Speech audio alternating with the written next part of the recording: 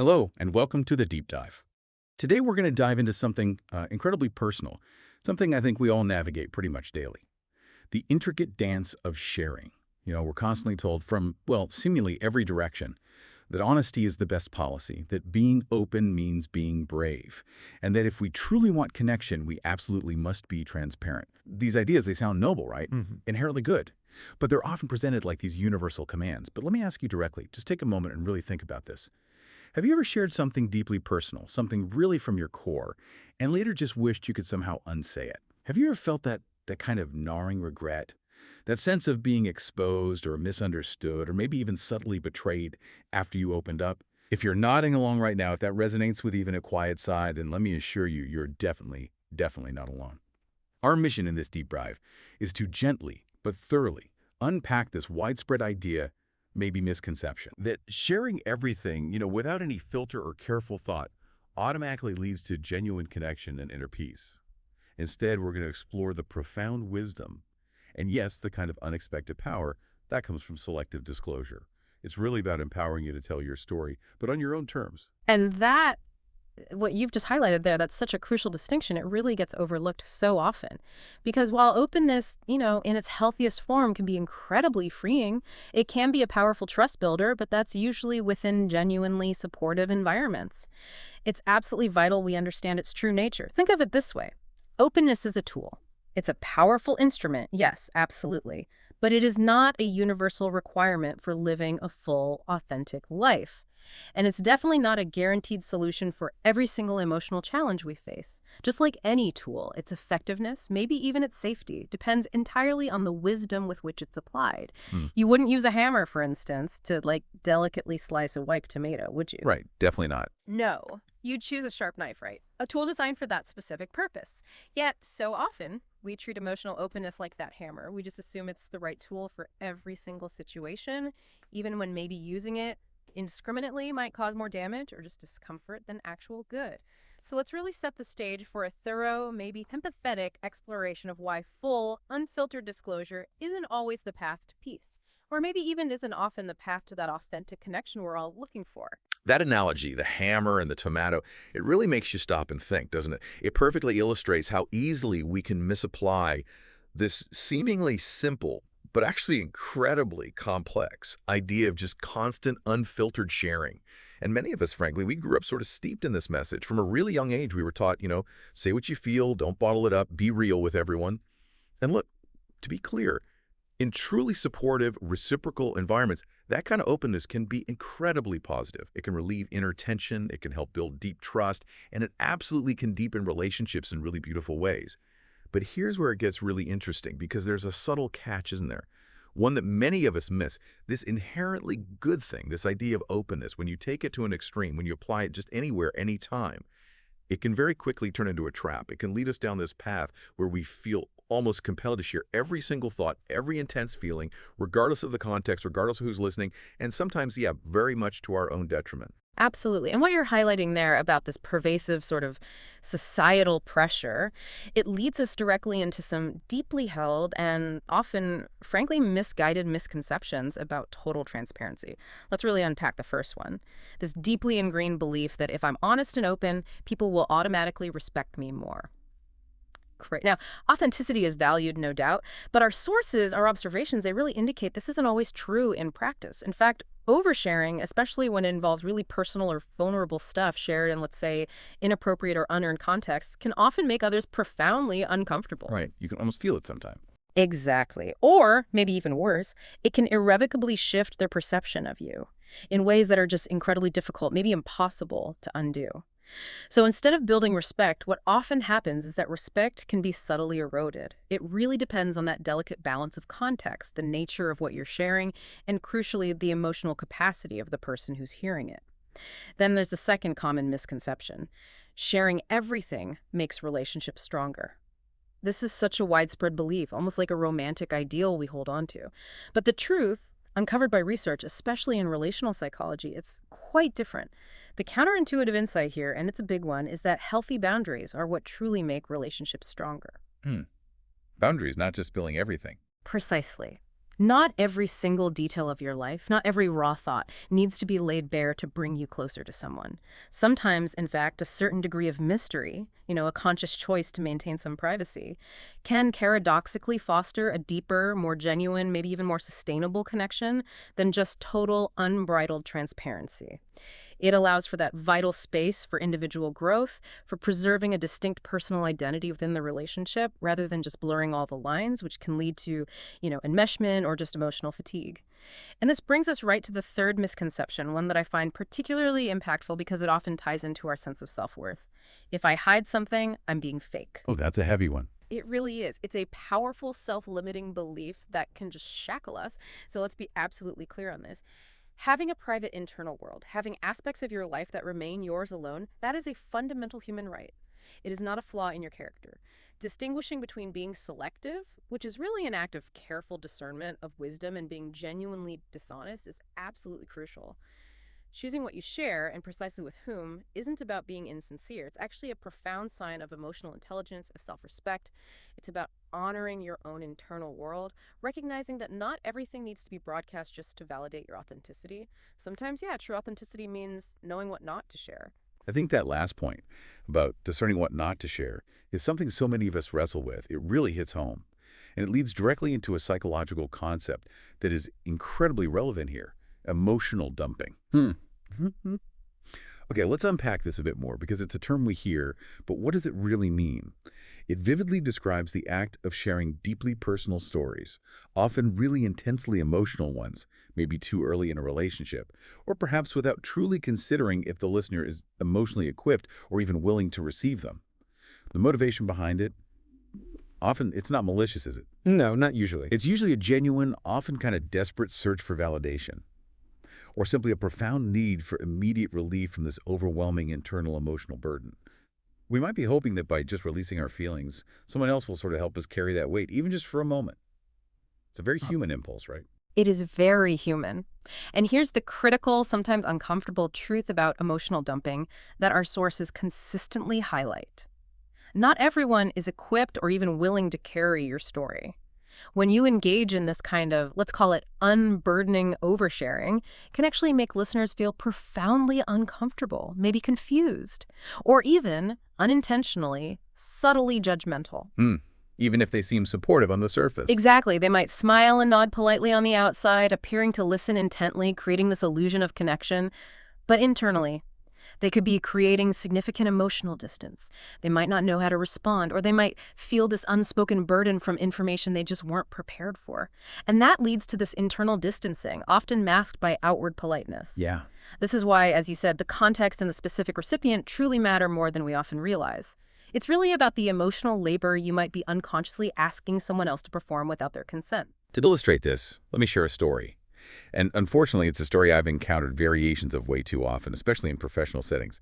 It's about a young professional. Let's call her Sarah. Fresh out of college, super eager to connect quickly with her new team at her first real job. One day, during a casual lunch, trying to foster that connection, Sarah decided to really open up. She shared deeply personal details about a recent, really painful breakup, her ongoing struggles with anxiety, mental health stuff, even her hopes for finding a therapist. And in that moment, for her, it felt incredibly bonding. People were listening intently, nodding. It seemed like understanding, empathy. It felt like she was finally being her authentic self. Right, that immediate relief. Exactly. But then, just a week or so later, she started to notice this subtle but undeniable shift. Her coworkers, still polite, sure, but noticeably more distant. She found herself being left out of certain informal team meetings, those casual chats she used to be part of. And then came the real kicker. She later learned, kind of indirectly, that her manager had quietly but critically questioned her emotional stability. Yeah. So what does this all mean? What went wrong here? Sarah, with the best intentions, absolutely, shared too much, too soon, and fundamentally in the wrong setting for that kind of deep disclosure. It's a powerful, albeit really painful lesson in the absolute necessity of discernment. You have to read the room.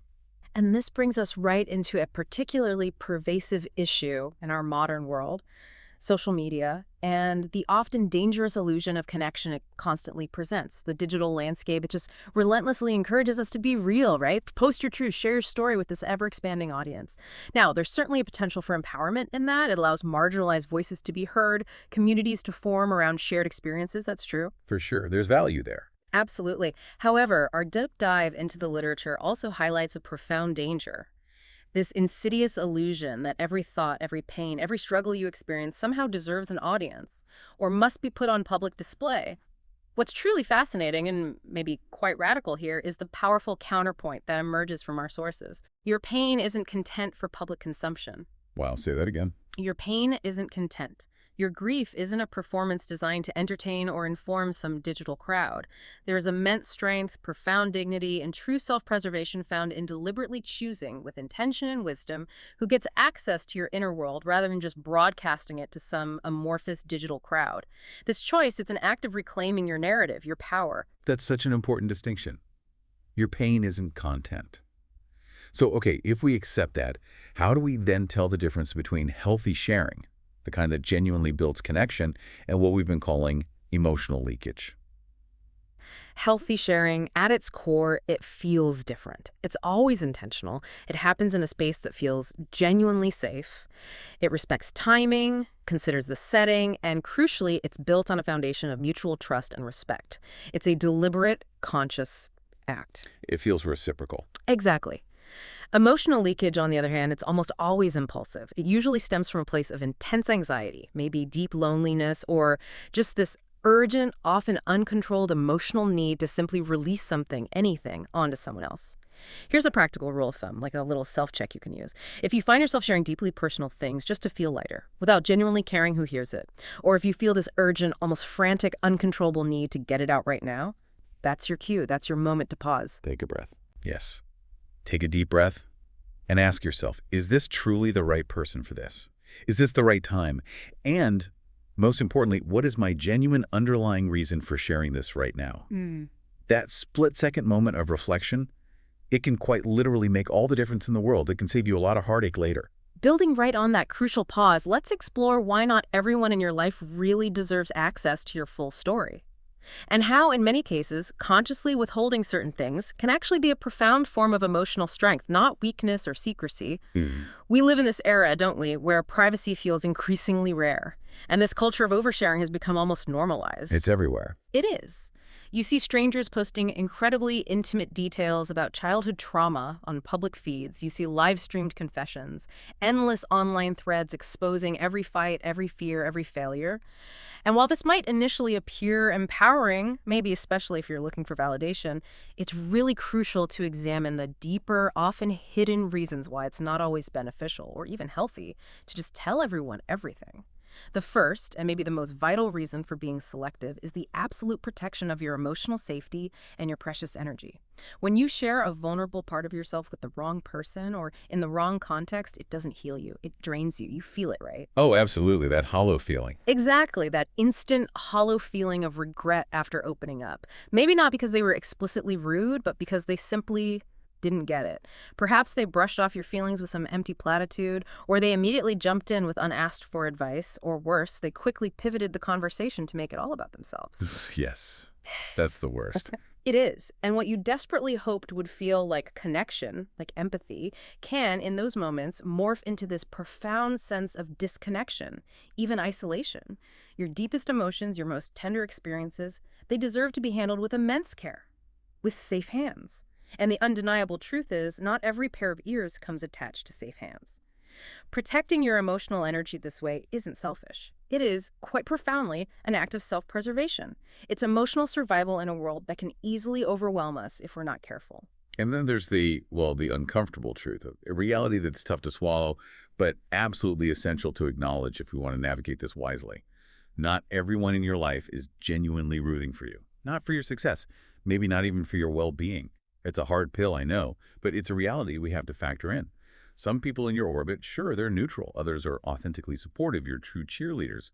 But unfortunately, and this is crucial to understand, some individuals are actually threatened by your growth, by your happiness, or by your success. It comes from their own stuff, usually. Exactly. They operate from a place of their own deep-seated fear, insecurity, or sometimes just subtle jealousy. These aren't cartoon villains. They're complex people, Yeah. often acting unconsciously from their own struggles. So if you share your ambitious goals with someone like this, they might subtly downplay them or plant seeds of doubt. Are you sure you can handle that? If you reveal a setback or a failure, they might feel this little internal surge of gratification that Schadenfreude that can be really hard to spot. If you share your plans, they might accidentally or subtly sabotage them, maybe share them with others who don't have your best interests at heart. So what happens when you share too much, too openly with these types of individuals? Your precious information, your vulnerabilities, they can become ammunition, sometimes used overtly, sometimes subtly deployed, but always in a way that just chips away at your confidence, at your self-belief. Think of it like this. You're not obligated to hand over your detailed blueprint, the plans for your future house, to someone who doesn't even genuinely want to see it built. Your dreams, your struggles, your journey, they're far too precious for that. And here's a particularly tricky situation that so many people struggle with. Judgment in disguise. Some people can appear incredibly supportive, right? Leaning in, making eye contact, listening intently, right up until you share something truly real, something genuinely vulnerable. Then suddenly their whole demeanor shifts. They might become visibly uncomfortable, subtly distant, or even through their body language, subtly judgmental. You feel that shift, don't you? It's palpable. It is, and what's truly fascinating, and often insidious here, is that this judgment doesn't always show up as overt criticism, like a direct attack. It can be disguised as uncomfortable silence, as shallow, almost insincere encouragement, or even as feigned concern that subtly masks their own superiority or just plain discomfort. Like those backhanded compliments Yeah. almost. Exactly. They might say things like, wow, I didn't know you were like that, or the classic, are you sure you're okay? Or that incredibly dismissive, well, if I were you, I wouldn't have done that. These aren't expressions of empathy. They're often ego or discomfort, just dressed up as care. And the damaging result for the person who shared, it's profound. You might start to shrink your authentic self. You'll likely question your own choices, replay the conversation endlessly. That downward spiral. Yes. And you might even start to self-censor, not just around them, but around everyone, fearing similar reactions. This, in turn, can lead straight to what psychologists call a vulnerability hangover, that feeling of shame or regret after sharing. That's such a powerful point about how insidious that disguised judgment can be and how it makes us retreat. And shifting perspective a bit, let's consider how oversharing can actually undermine your power, particularly if you're someone people look up to, maybe a leader, a mentor, anyone in an influential position. What happens if individuals like that decide to share everything, all their fears, all their mistakes, all their doubts, every raw emotion, without any filter at all?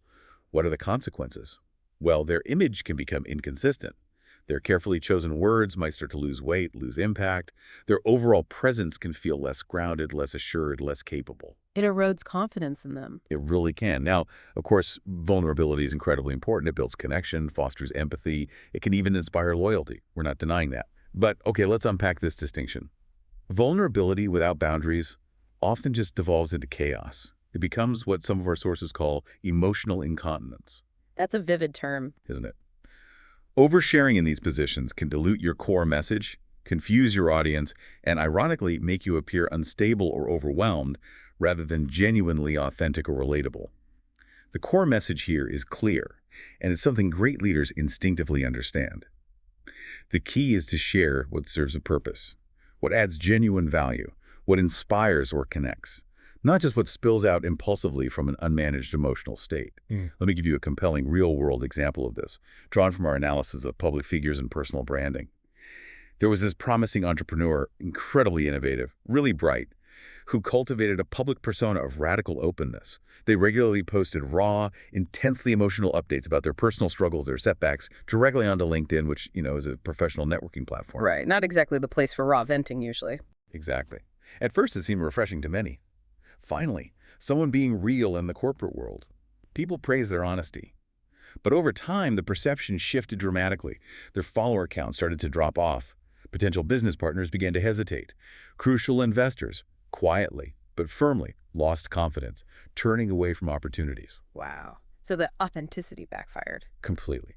So what does this all mean? Why did this seemingly admirable openness ultimately become such a significant liability?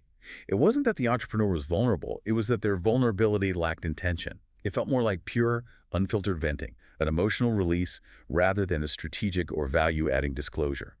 People began to perceive them as emotionally messy, maybe even erratic, rather than mission-driven or professionally capable. Their unchecked openness ultimately became a huge liability, costing them crucial opportunities and damaging their reputation in the long run.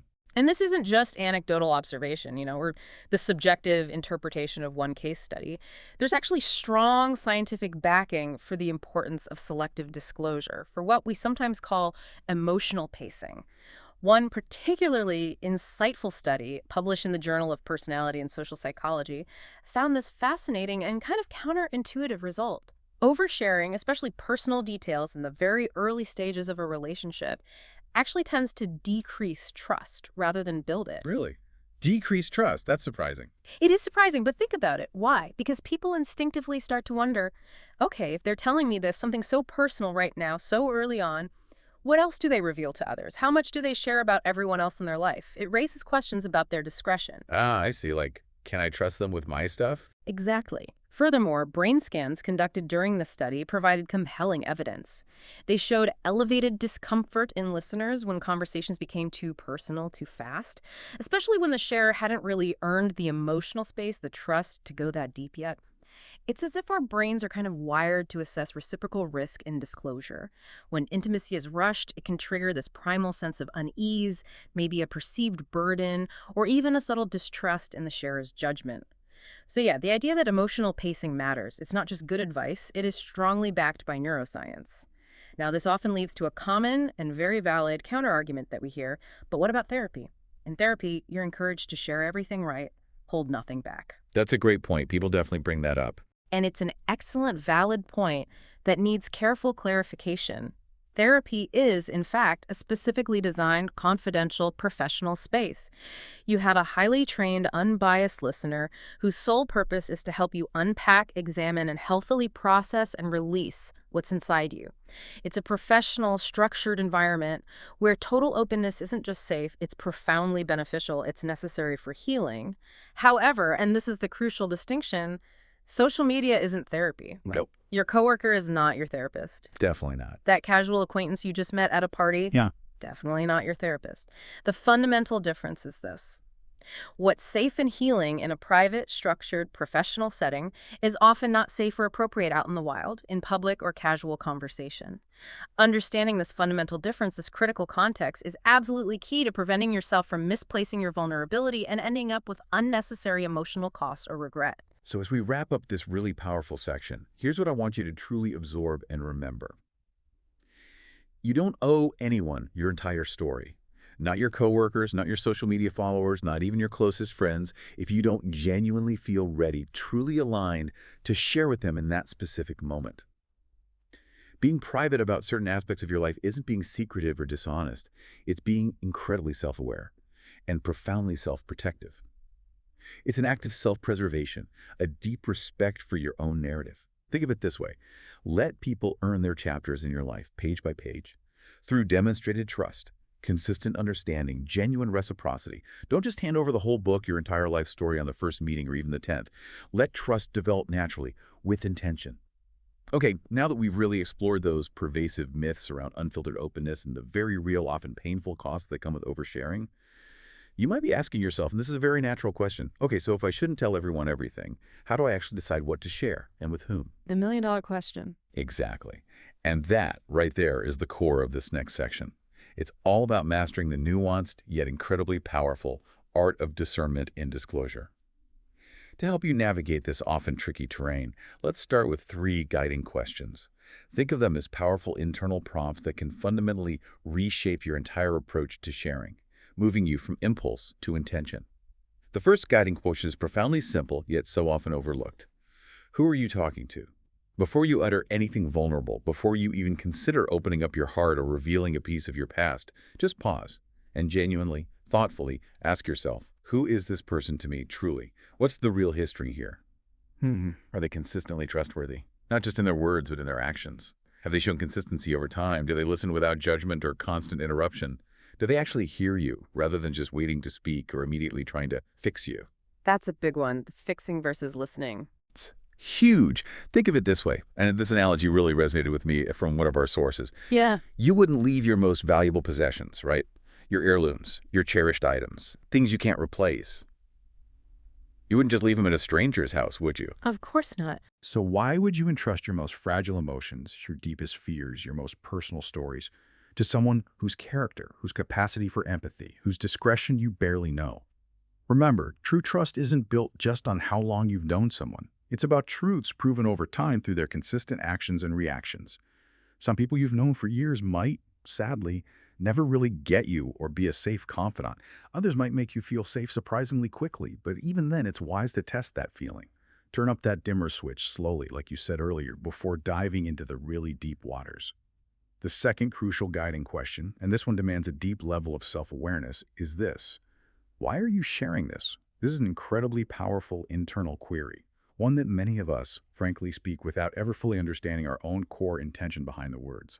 So before you open your mouth, take a beat and genuinely ask yourself, am I seeking real empathetic support here? Am I just trying to vent a strong, maybe overwhelming emotion? Am I looking for validation from this person, like a sign that I'm okay? Or, And this is a tough one. Am I simply afraid of sitting with this feeling alone, just needing someone, anyone, to alleviate the discomfort? That fear of sitting with it alone is powerful. It really is. Now, there's absolutely nothing wrong with needing connection or seeking support. That's profoundly human.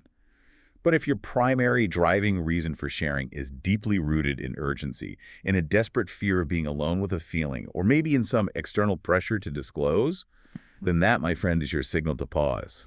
Wait. Let it settle. Exactly. Wait until your emotions have settled a bit, until you can approach the conversation from a place of relative calm, clearer thought. Then share from clarity, not from chaos. There's a profound distinction here, a truth that echoes across so many psychological frameworks.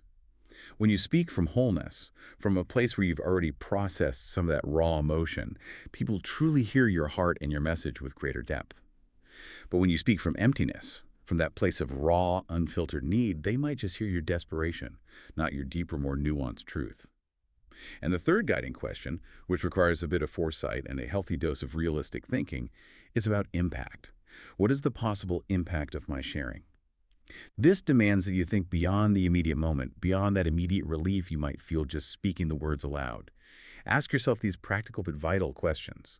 If what I share, even unintentionally, gets repeated, maybe through gossip, or just a casual mention to someone else, would I truly be okay with that? The ripple effect. Yeah. If the person I'm sharing with reacts poorly, or dismisses my feelings, or proves judgmental, can I genuinely handle that emotional fallout without spiraling into regret? And if this disclosure fundamentally shifts the dynamic of our relationship, for better or worse, will I ultimately regret that change? This isn't about being paranoid or overly cautious.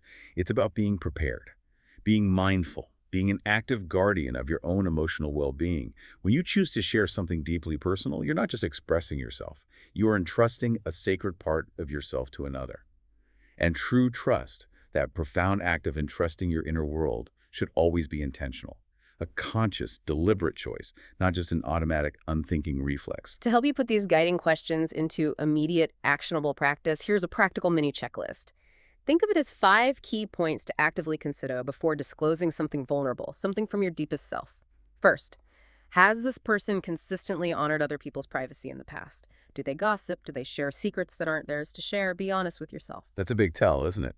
It really is. Second, do they frequently interrupt others? Or do they immediately try to fix things when someone is sharing rather than just listening empathetically? Third, how do you generally feel after conversations with them? Lighter or heavier? Pay really close attention to your energy levels. That's a subtle but incredibly powerful signal. Trust your gut on that one. Absolutely. Fourth, have you actually seen them demonstrate genuine compassion, not just curiosity, when others are vulnerable? Have you seen them lean into discomfort with grace? And finally, maybe most critically, if they were to tell others what you shared, even unintentionally, would it damage you? Your reputation, your precious peace of mind. If more than, say, 2 of these points raise significant red flags for you, it's a strong, clear signal to reconsider, or at the very least to proceed with extreme caution and maybe share a much smaller piece of the story. That checklist is such a pragmatic way to put things into a concrete, actionable perspective. Love that. And thinking about how you share, I want you to imagine disclosure, not like flipping on some harsh floodlight, revealing everything all at once. Instead, imagine it like turning up a dimmer switch, slowly, incrementally. Nice analogy. Don't dump everything at once. Instead, start small. Share a light opinion on a relatively low-stakes topic, or a mild story from your day that carries little emotional weight. Perhaps a medium-level challenge you're facing that isn't intensely personal, but still allows for some connection. Then, crucially, observe their reaction. How do they handle it? Do they respect your pace? Do they use what you've shared later to subtly shame you? Or do they use it to genuinely support and uplift you? Do they lean in with empathy, showing a desire for deeper connection? Or do they subtly lean away, showing discomfort or disinterest? The way people handle your small truths tells you everything you need to know about how they'll handle your big ones.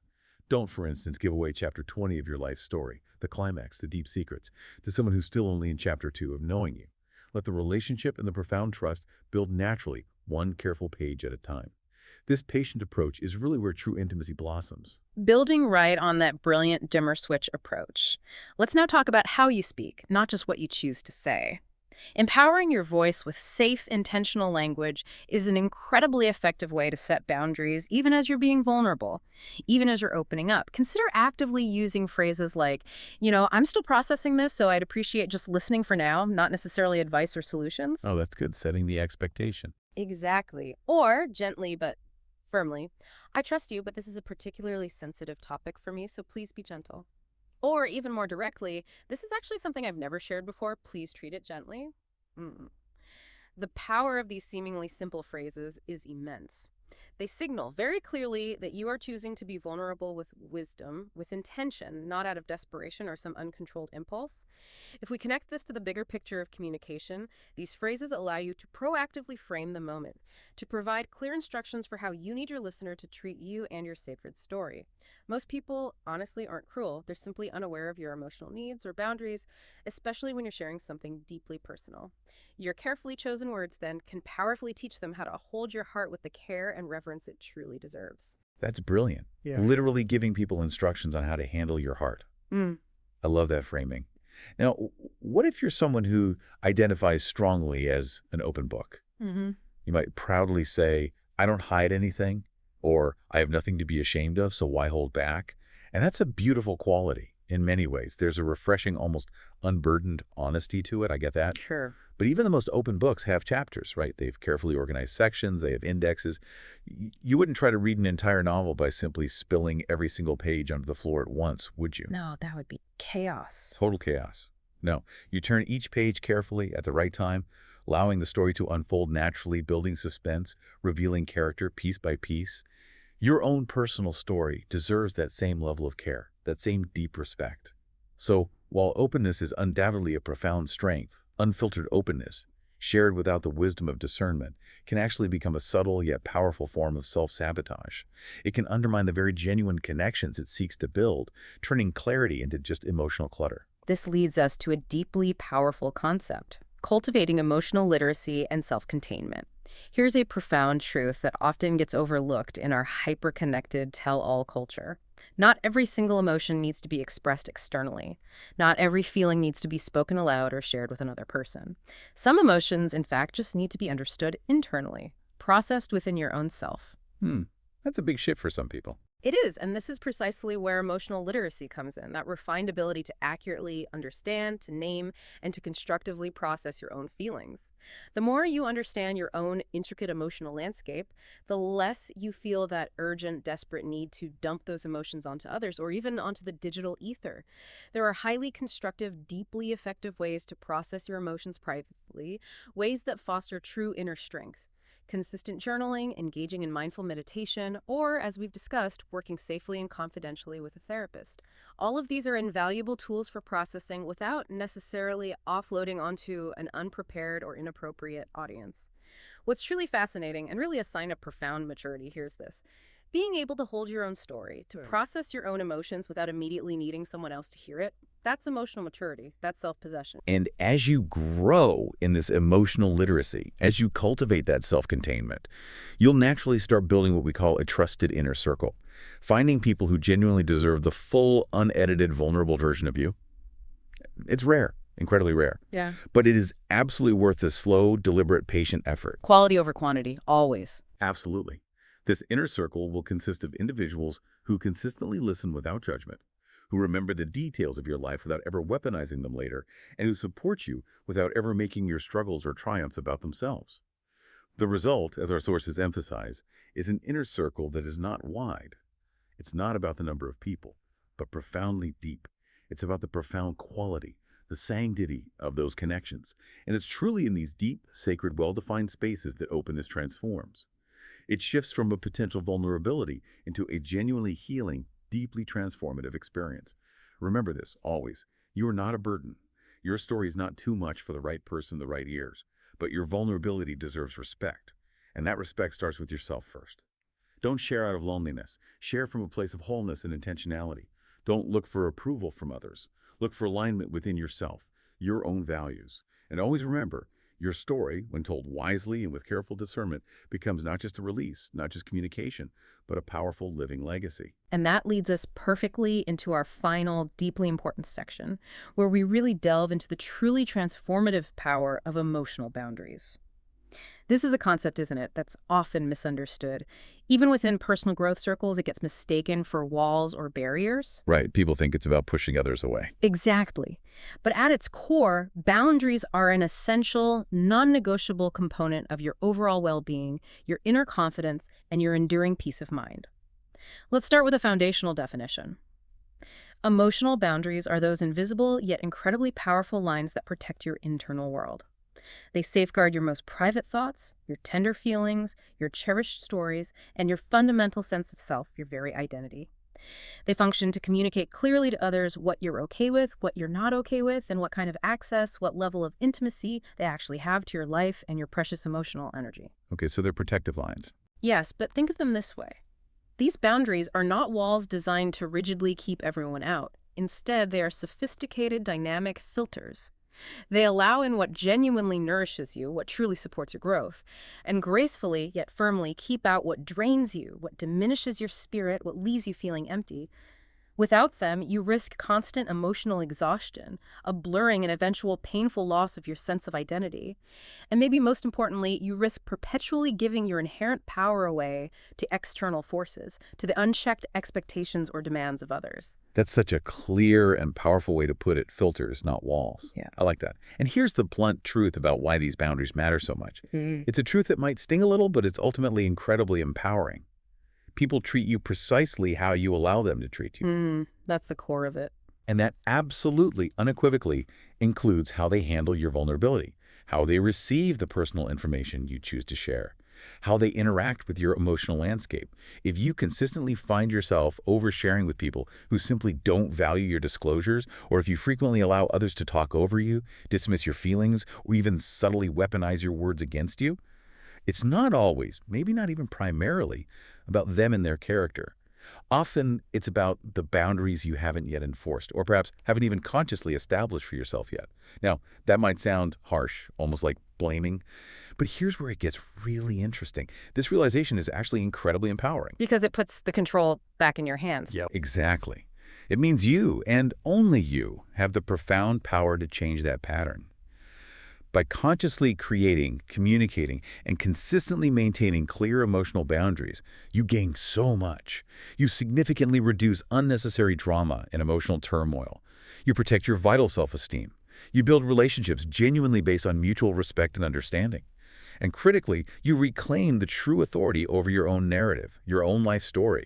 It puts you firmly back in the driver's seat of your emotional life. So, given all this, how do you practically begin to set and effectively protect these vital boundaries? It can feel daunting at first. Here are some actionable steps you can begin taking today, right after listening to this. First, you absolutely need to know your limits. Before you can communicate a boundary to someone else, you have to first understand what feels right, what feels wrong, what genuinely feels draining or regretted for you. Self-awareness is key. It's foundational. Do certain conversations consistently leave you feeling drained, hollow, regretful? Do you often wish you hadn't shared so much with specific people? Start noticing those patterns, those subtle energetic shifts in your daily interactions.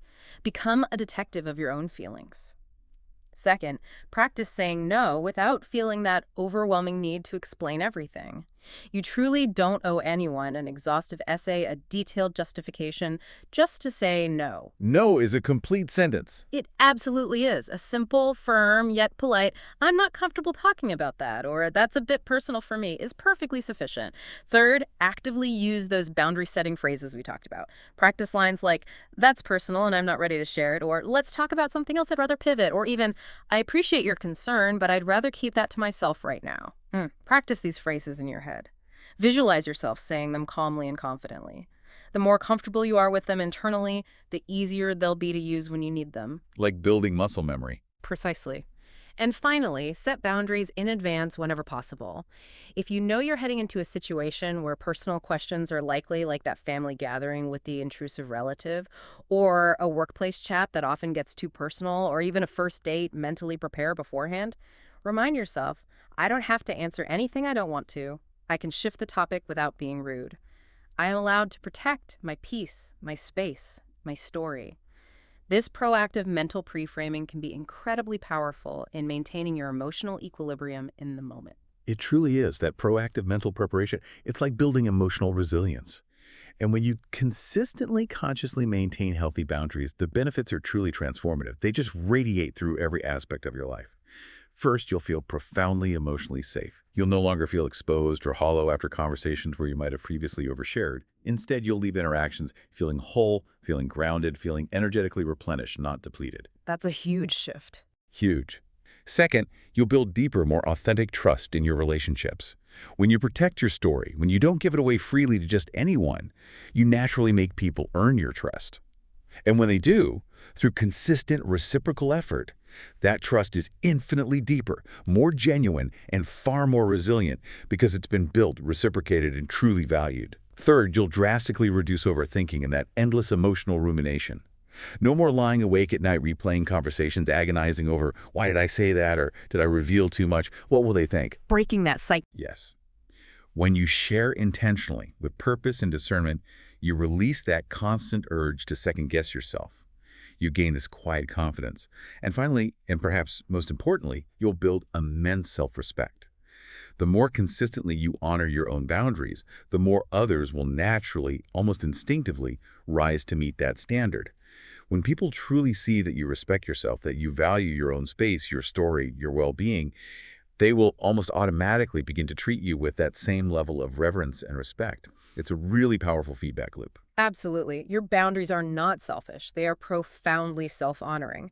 They are a testament to your own inherent value. They don't push authentic people away or isolate you from genuine connection. In fact, quite the opposite. They protect the real, the most authentic relationships that genuinely matter, allowing them to deepen and flourish within a framework of mutual respect and understanding. When you choose what to share, precisely when and with whom, you're not hiding. You're curating your story. You're carefully selecting who gets access to which precious parts. Curating, I like that word. And when you wisely withhold certain aspects of your story, when you choose not to immediately expose every raw feeling, you're not being cold or aloof, you're being incredibly careful. You're demonstrating a profound reverence for your own experiences, your own journey. This care, this intentionality, this conscious discernment, it communicates to the world and most importantly to yourself that your life, your feelings, and your unique journey deserve profound reverence and respect. Okay, welcome to the final part of today's deep dive. We've covered a lot of ground, haven't we? From understanding those pervasive myths about openness to recognizing the real risks of oversharing, to learning how to consciously choose what to share and with whom. And now I want to leave you with a set of core truths. These aren't just ideas to remember. Think of them as powerful principles to truly internalize and live by. Truth number one, you don't owe anyone your whole story. Just because someone asks doesn't mean they deserve a full, unedited answer. Just because you feel something deeply doesn't mean it must be spoken aloud immediately. You are not being dishonest for choosing privacy. You are being wise. Privacy isn't secrecy, it's protection. It's a safeguard for your inner world. Your story is a sacred trust, and you are its guardian. Truth number two, vulnerability is a tool, not a trait. You're not automatically more real just because you share every thought, and you're not closed off just because you keep some things to yourself. True authenticity is about alignment, living in harmony with your values and intentions, not constant exposure. Vulnerability is most powerful when it's intentional, grounded, and shared in safe spaces that have earned that privilege. Use it to build bridges, not to lead to burnout.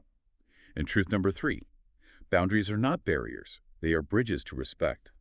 By setting clear, consistent boundaries, you teach the world how to treat you. This self-honoring act attracts better, more respectful relationships. You find deeper peace. Your energy flows where it's valued, not leaked where it's ignored. Boundaries don't isolate you. They allow true connection within a context of mutual esteem. They elevate you. And for you, our listener, if you've ever felt like you talk too much or regretted things you've said or felt your pain wasn't treated with care, I want you to hear this unequivocally. You are not too much. You are not wrong for wanting to be heard, for wanting deep connection. Never wrong for that. Never. But critically, and this is where your power lies, you are also not required to hand over your profound truth, your deepest experiences, your tender vulnerabilities to people who simply haven't earned that sacred privilege. I encourage you, start now. Even in small ways, practice quiet strength. Choose to share slower, with more intention, and most importantly, listen deeply to the rhythm of your own readiness, that internal signal, that intuition that tells you when it's genuinely safe and truly right to open up. That inner wisdom, it's your greatest guide. Let me leave you with 5 memorable sentences to carry forward, 5 guiding principles from today's deep dive. Not everyone deserves access to every part of you. Silence can be profound strength, not shame. Vulnerability should be mutual, never a one-sided burden. Privacy is, in itself, a form of power. And finally, crucially, you teach people how to treat you by how you treat yourself. Absolutely. The world doesn't need your entire story today, laid bare, raw, and unfiltered. What it truly needs, what it genuinely benefits from, is your authentic presence, your inner peace, your clarity, born of self-awareness. So choose wisely who you let into your inner world, who you invite into those sacred spaces, and never forget, your truth, when shared in the right way with the right people at the right time, becomes not just communication, not just release, but a profound act of transformation for you and for those truly privileged to receive it. So as you go about your day, maybe reflect on this. How can you start curating your story today, not as an act of hiding, but as an act of profound self-respect and intentional self-love?